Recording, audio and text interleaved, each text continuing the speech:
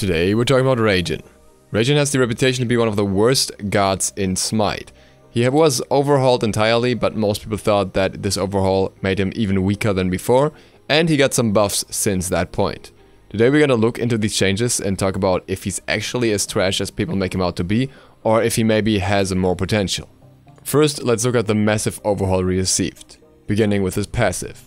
His new passive is for every 5 abilities cast, Raijin reduces the cooldown of all his abilities currently on cooldown by 1 second. Percussive Storm got major changes as well.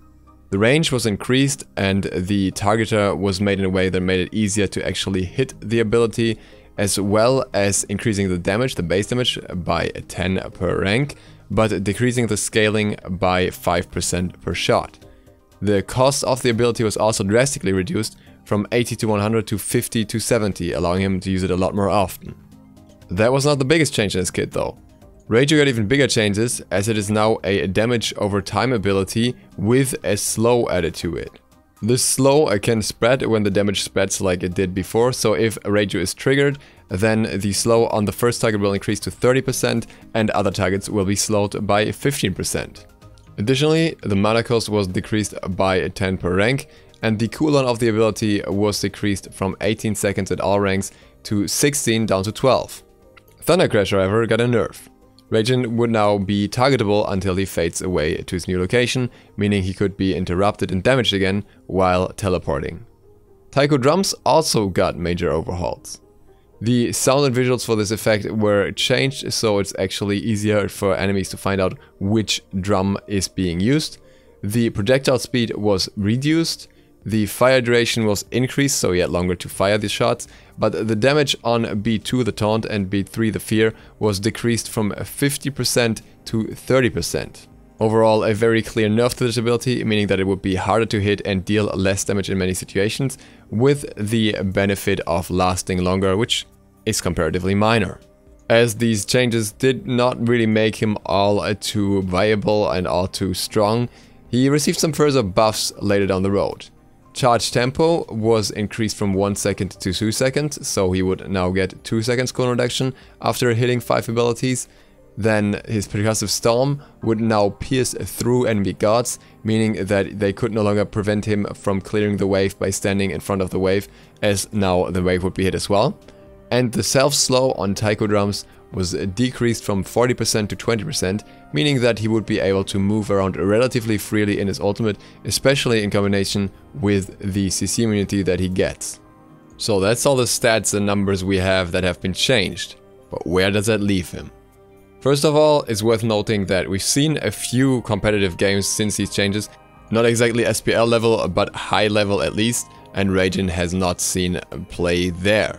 So we can safely conclude that he's not strong enough for competitive yet, unless he has some secret hidden potential that has yet to be unlocked. Furthermore, what's very easy to realize is that he is not that bursty. There are other gods that have a lot better means of just blowing enemies up. Raijin is none of them. What he does have now is a fair amount of utility. Due to the fact that he has a slow in his kit, he can easily provide a lot in a team fight if he manages to bounce it off to multiple targets. This can be a whole team slow around Fire Giant, for example, or around a structure, and this should not be undervalued. The bounce is not that hard to activate, especially if you throw in your ultimate or something, and as such you will be able to make use of that quite often, as long as you reliably hit your Raijin. Percussive Storm is the ability that still gives him some pressure in lane or in any fight really, just giving him some decent burst damage as well, along with his more utility focused other abilities.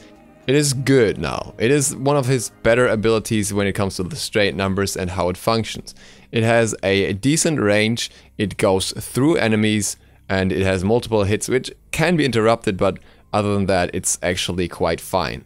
I would not take it over certain other mage abilities, obviously. It's still not quite the best pressure ability, and it's still quite a risky ability to position yourself with, but it's not a bad ability by any stretch. It has the damage, it has the potential to chunk a decent amount of health, and it's synergistic with his kit, as it is the part where he gets his free burst. His ultimate, on the other hand, is different now. It's not quite as bursty as it was before, where you could just spam all shots for the maximum damage, but rather you want to consider what exactly you want to do. As you have more time to use the ultimate, it can actually be a very good zoning tool in team fights. You can just keep people away from the fight by knowing that they will get hit by a Raijin taunt and then potentially get collapsed on by the team. So that's a playstyle that would definitely allow the ultimate to shine a little more. At the same time, you have to be aware that if you do that, you lose a lot of damage, and that is quite unfortunate because as it stands, Raijin already doesn't have the craziest damage, with one of his abilities being a dot and another one being his escape, which is kind of a risky repositioning if you use it, so you can't just go all in with that. And talking about Thunder Crash, that I believe is his biggest weakness at this point.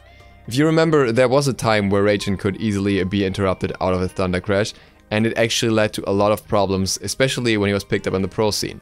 It was just too easy for coordinated teams to shut him down by CCing him out before he could use his escape, and that was pretty much all of his potential gone. After that, he was just left there to die because he really relied on that escape. Obviously, if you're going aggressive and you're ahead of the enemy team, then this will not be as much of an issue. You won't be interrupted as much because you're the one engaging on the enemy team, but the moment you fall behind, this becomes problematic. And I do think that if there's anything that should currently be changed about Raijin, it's the 3. I wouldn't say that he necessarily needs the immunity frames again, because those were super frustrating to play against as well, just getting complete damage immunity before an escape, but as it stands, it's just a little too weak. Speeding up the animation would also be a straight up buff, so I'm not entirely sure which in-between choice could be made, but one idea that I had was that he could be made CC immune to specific abilities. This is not uncommon. We've, for example, seen this on Kali's ultimate, and if he was, for example, immune to mezzes and things like that, then he would not be as easily interrupted, and he would still potentially be countered, for example, by stuns or maybe by other CCs, but if, for example, you take away the knockups and the mezzes, then him using his abilities, his escape abilities, becomes much easier, but at the same time he could still take damage during it, so it wouldn't be as frustrating to deal with for the enemies. Or even maybe just give him full CC immunity on the escape, while still being able to take damage. I don't think most people want the straight up immunity frames back, as they are very frustrating, as you basically can land full ultimates into him and he doesn't care about them, but something in between would be nice. From what I've seen so far and what I've experienced is that many people undervalue Raijin's new passive. 2 seconds of cooldown reduction are actually very strong, and if you combine that with other cooldown reduction items of a similar sort, this becomes even better. The problem is that those don't necessarily fit into Raijin's build. Genji's Guard is something you only really want to build when you need the magical defense. Chronos Pendant is just an item overall. It could be considered for later slots on him though. And outside of that, you simply fall back on the typical CDR options that don't have the extra benefit of taking off flat values.